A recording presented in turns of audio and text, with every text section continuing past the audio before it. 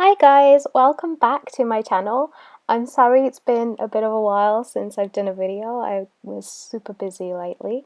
But anyway, I'm back now. Yay! And for this video, the thing is guys, I don't really get suggestions from you guys as of yet. But if you'd like to see something, maybe some fan art or maybe a particular type of drawing, do let me know.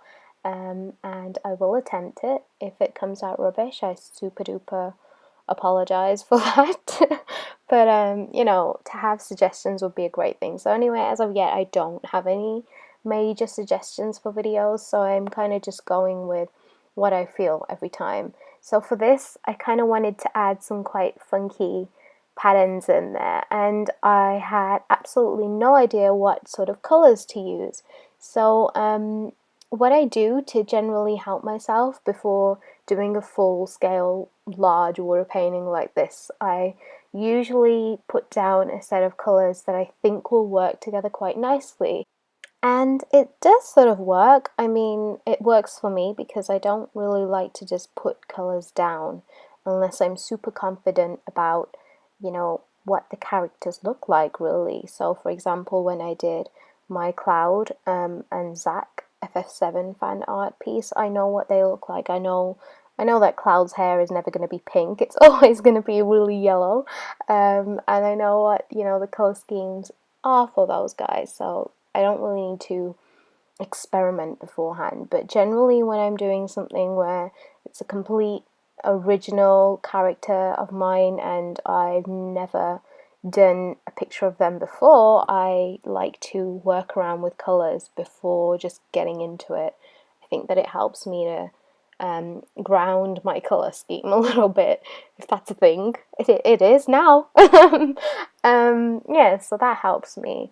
And as you can see, it was sort of yellows and pinks and reds and oranges on the left hand side, and then on the right hand side it was greens, blues, a little bit of pinks just to pick up that pinky vibe from the other side, and the greens and stuff. And to get that to mesh together, I really wanted it to come together in my character as a final sort of piece, and it sort of did, I think. I didn't go for a hugely dark colour for her jacket. I went for a slightly, as you can see, it's slightly yellow cream.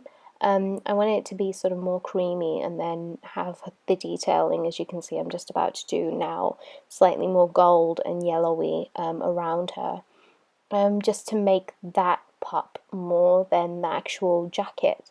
And I don't know about this character. I kind of feel like she has, and this is why I've sort of named it that way, but a sort of doll slash, schoolgirl type manga feel to it of a character. I can imagine her either being like a schoolgirl or a sort of doll kind of weird, I don't know, odd character in an anime or a manga.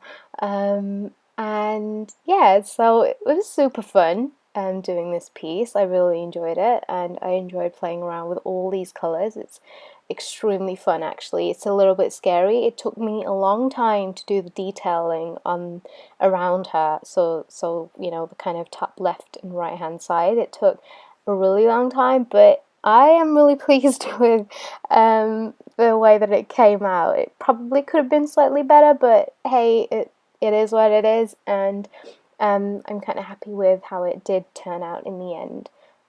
It could have been a complete mess and I could have destroyed it, but luckily I didn't. I stuck in there, and I'm glad I did because it worked well together. And then I wanted to pick up again, as you can see here, I'm detailing kind of like the line art around those little patterns in her jacket. I'm doing it red, and the reason for that was just to pick up the colours in the ribbon, and then of course the pinks on either side and the reds towards the left hand side. Oh my gosh, line art. At the end of this, actually inking this was super duper difficult. And the reason why is because for this particular piece, and it's the same with the first anime girl character I've done, I've used the same sketchbook, and this type of sketchbook is made particularly for watercolors. It's not hot pressed, it's a cold pressed One, which means that it's slightly bumpier than usual, which makes line arting really difficult, and even going over it with ink, super difficult. And the reason for it is, like I've said, it just has little bumps, which makes it really difficult to actually keep your pen balanced. So yeah, it was a challenge. I'm thinking I may do a video on inking sometime, just to kind of help people that may need help with their inking style or technique. So let me know if you'd like to see that. And that completes it, guys. Give it a thumbs up if you like it. Peace. I'll see you in my next video.